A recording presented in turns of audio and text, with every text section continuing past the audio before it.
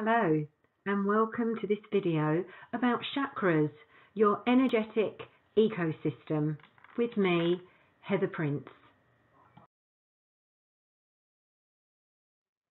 For any of you that have done yoga, you might have heard about chakras, and those of you that haven't, let's introduce you to them.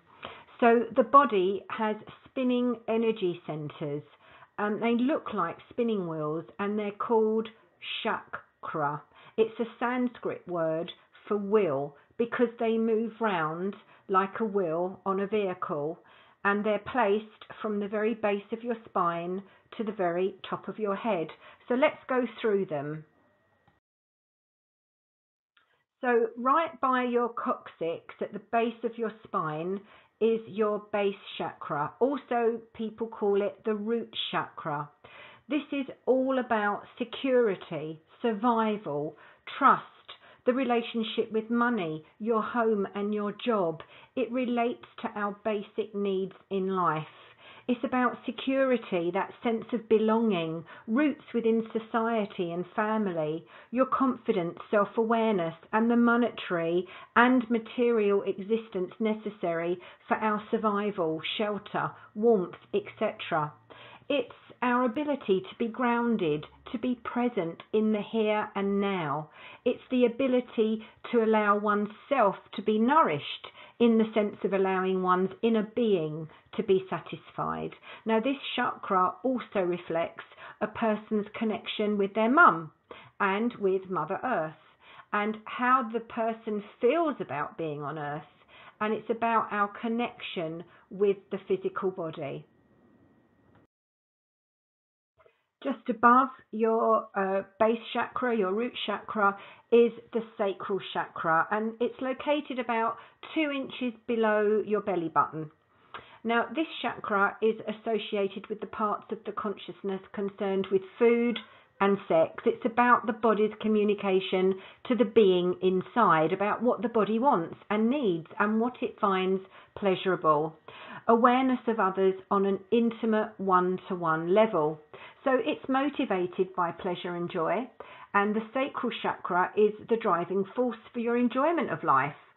And when your sacral chakra is balanced, it enables you to feel and experience life to its fullness.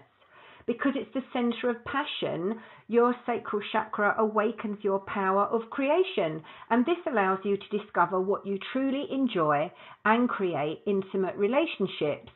It helps to cultivate flexibility and adaptability, and this empowers you to move on, accept change and transform.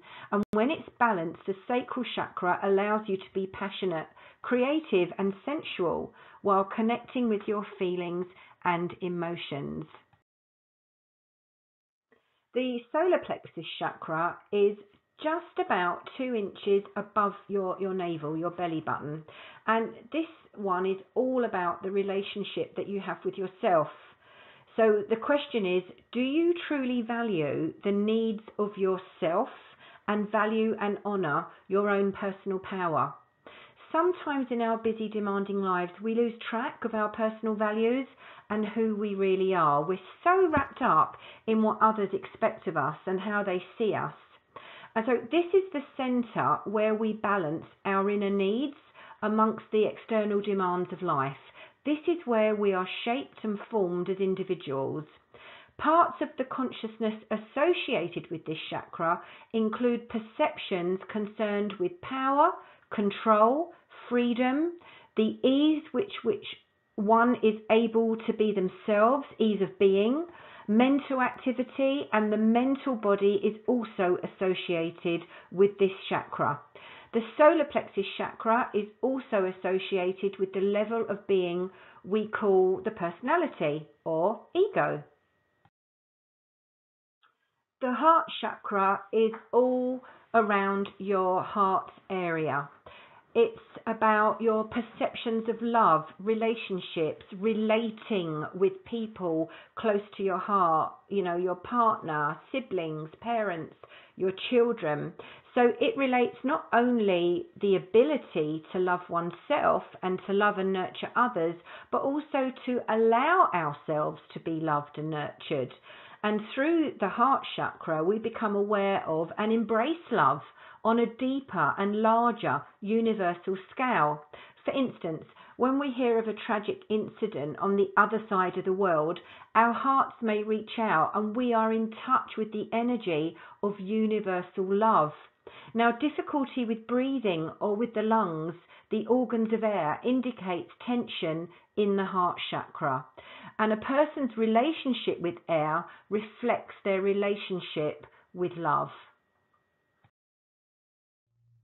The throat chakra is all about expressing and receiving. Expressing can be in the form of communicating what one wants and what one feels, or it can be an artistic expression, as an artist painting, a dancer dancing, a musician playing music, using a form for expressing and bringing to the outside what was within. Now, expressing is related to receiving, as in ask and ye shall receive.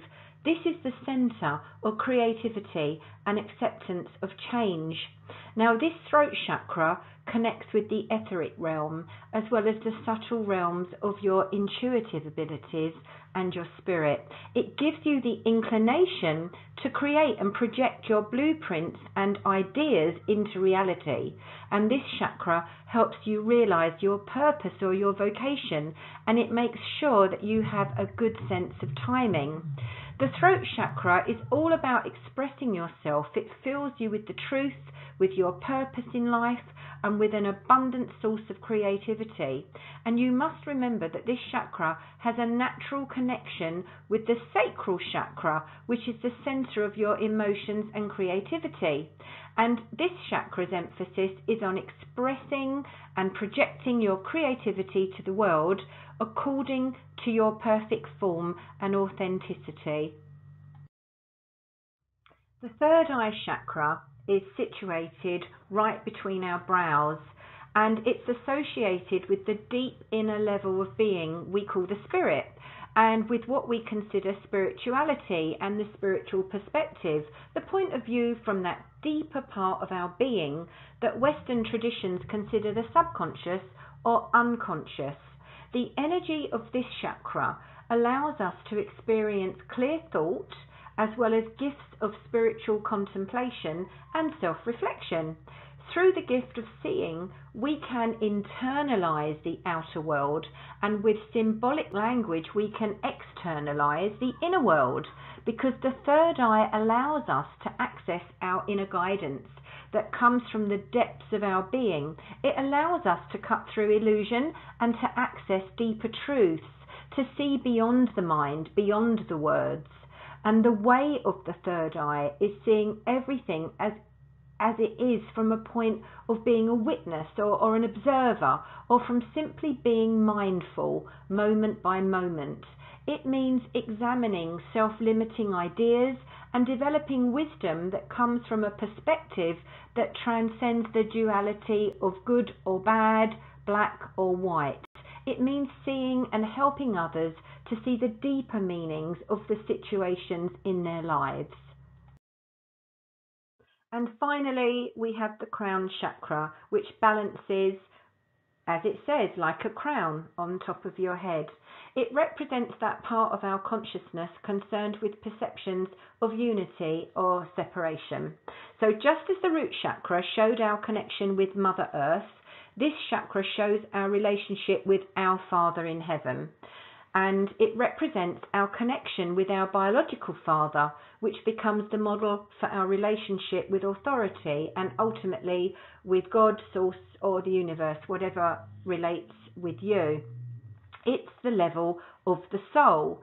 And when we experience a sense of separation from our father, we actually close our crown chakra, and we can experience a sense of isolation and aloneness, as if we're in a shell and we're having difficulty with feeling contact with those around us. And thought processes tend to justify and maintain this sense of aloneness. Now, each chakra is actually symbolized as a lotus flower, each with a different number of petals. And this crown chakra is known as the 1,000-petaled lotus, because it is the totality of enlightenment. And consciousness is a force, and we are made up of it, surrounded by it. We're a part of it, and we do not create it. It's a matter of opening up to it or be tapping into it. It's the level of the soul, as I've said. So I hope that you have enjoyed understanding a little bit more about your chakras, and I look forward to hearing any of your questions, and you can send them to my email heather@heatherprince.co.uk.